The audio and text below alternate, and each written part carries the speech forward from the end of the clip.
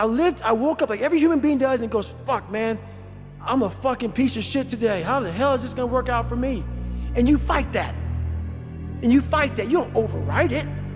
If you think the price of winning is too high, wait till you get the bill from regret. And that's why my first question is, how bad do you want this? If it's as bad as you wanna live or breathe or sleep, whatever the hell it may be, I can work with you. It's today. What are we doing today? Are we going to engage now? And once we engage, we commit. There's no half commitment, there's no quarter commitment, there's no three-quarter, it's full commitment. Once we engage, it's every fucking day we engage.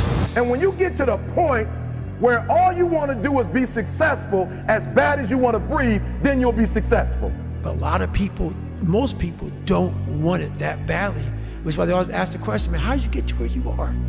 You know how to do it. You know exactly how to be you or how to be me. You don't want to do it. And I'm here to tell you, number one, that most of you say you want to be successful, but you don't want it bad. You just kind of want it. That if you want it, you gotta go get it. If you want it, you gotta go get it. What are you gonna do? How bad do you want it? There's two options. To continue forward, pushing upward. If you stop, quit, throw in the towel, I promise you there's no distance you can travel far enough to ever find that dream again. You see, the thing about chasing a product, and what the product is money. The product is a house, the product is a car. The thing about chasing a product, the product can always change. And if your performance is always based upon the product, what happens when the products change and you don't take pride in what you do? But the thing about loving the process, everybody wants the prize, but nobody loves the process. What would you do if you weren't afraid? And I love thinking about that when I'm thinking about big life decisions. Like, what would I do if I weren't afraid? And it's usually like the big one, the bigger thing that I really want to do, but I'm afraid to do it. It's like, that's what I should do. That stress of everybody on you, and it's a make or break moment in your life, must exist today with no one watching. If that's ever gonna happen your way, you need that X factor. You need that leg up. It's too fucking hard. As you say, and I will keep repeat, the consistency is the most difficult thing. Just doing it every day. Yes, every day. The answers lie in the repetitions. You must not forget the repetitions you put into trying to dominate the craft that you're in today. Always, always embrace the suck, adapt to the suckers. Do you ever wake up and you say, I don't want to do it today? I fight against my mind. Yes, sometimes it's happened. We are all human beings. We are not happy every day.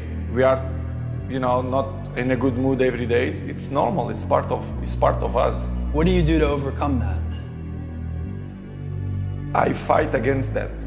It's the big challenge. It's when you're not willing to do something, but you have to do it. Your attitude has a giant effect, not just on your life, but on other people's lives around you.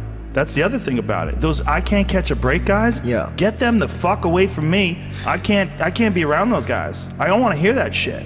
I don't want to hear that shit. I don't buy it. Because everybody has bad breaks. I've had a shit ton of bad breaks. But you know what I did? I stayed up. And I thought through it. Everybody wants to be a champion, but nobody's willing to put in the work that it takes to be a champion. Everybody wants to hold up the trophy and say, man, I did it, but nobody's willing to put in the work that it takes to do it. I love the process. I love the thought of working for what I want. And I firmly believe you're never supposed to wish for it more than you're willing to work for it. People want to find their passion, but you don't find it, you create it. And you create it by getting good at something. And to get good at stuff, you start by doing something you suck at. Then you get good, then you like it, then people ask how you found your passion. Answer, by starting when you sucked and not giving up.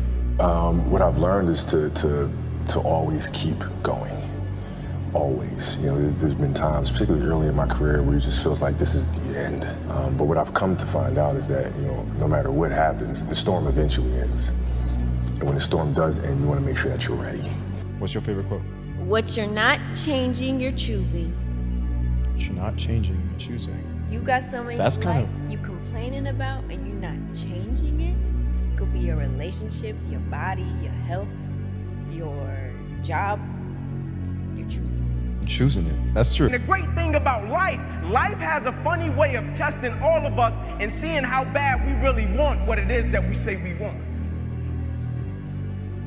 Because the thing I know about people can talk the talk. And people do it very well.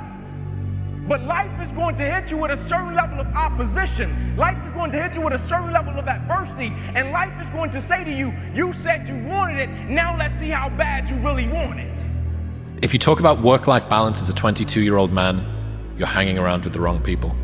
That gnawing feeling when you realize you've outgrown your social circle isn't loneliness, it's your ambition finally speaking louder than your need to belong. I'm gonna tell you right now, 30 days ain't gonna do shit for you. The permanent, you wanna make it permanent. Permanent, you start talking about a year, 18 months, 2 years, that's a sacrifice. And when you commit yourself to something for a year, you're not gonna say, oh, I'm gonna let that go. Listen, man, whatever your problem is, if you can dedicate yourself for a year to something, you can be a changed person. The fear is never reaching your potential. That's it. That always falling short, always quitting before you're done, always procrastinating, always not doing the right thing. And then one day you're an old man. Yep. And you look back and go, God, I could have been great. Yep. I could have been great. There were a lot of days where I did not want to get out of bed. But if you have those little small goals, those little small things that get you excited, when you don't want to, it's going to make it even better and even easier at the end when you're getting ready for a presentation or the end of the year or this or that, whatever event you're leading up to. It's going to make it so much easier. Bet on yourself relentlessly. Far too often you think someone else has the answer, that someone else is better than you, that they have more capacity and capabilities than you, and the reality is they don't. I want you to start betting on yourself more. You have everything you need to win in life. Isn't it about time you become that person you knew you always could be? How do you do that? You break the fucking mold, guys. You get the fuck out of bed when it's cold, when it's early. You do something away from the normality of what you've been doing. That's psychotic behavior. Doing the same thing, expecting a different result doesn't work that way. You must switch up the mainframe. Switch it up if you want a different result, man. Why not try it, man? Shock the system. Start with an earthquake, man. What I mean by that is, yeah, get up at 4 in the fucking morning one day. Just one day. And go for a fucking run. Commit to one day. And see how you feel. What would you say to someone who's going through a bad month or a string of bad months and doesn't see any light at the end of the tunnel?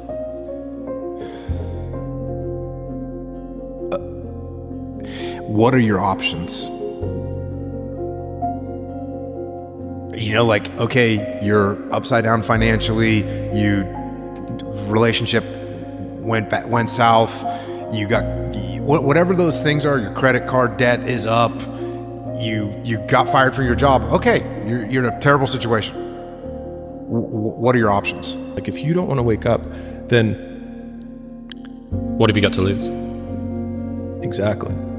And that was it. And I was like, I have nothing to lose. And that was when I think in the last podcast we talked about this, where it's like, if everybody who's like at the bottom and feels like they have nothing going for them, reframe that as, I have nothing going for me, which also means that I have nothing to lose by taking action, it makes you a much more dangerous person.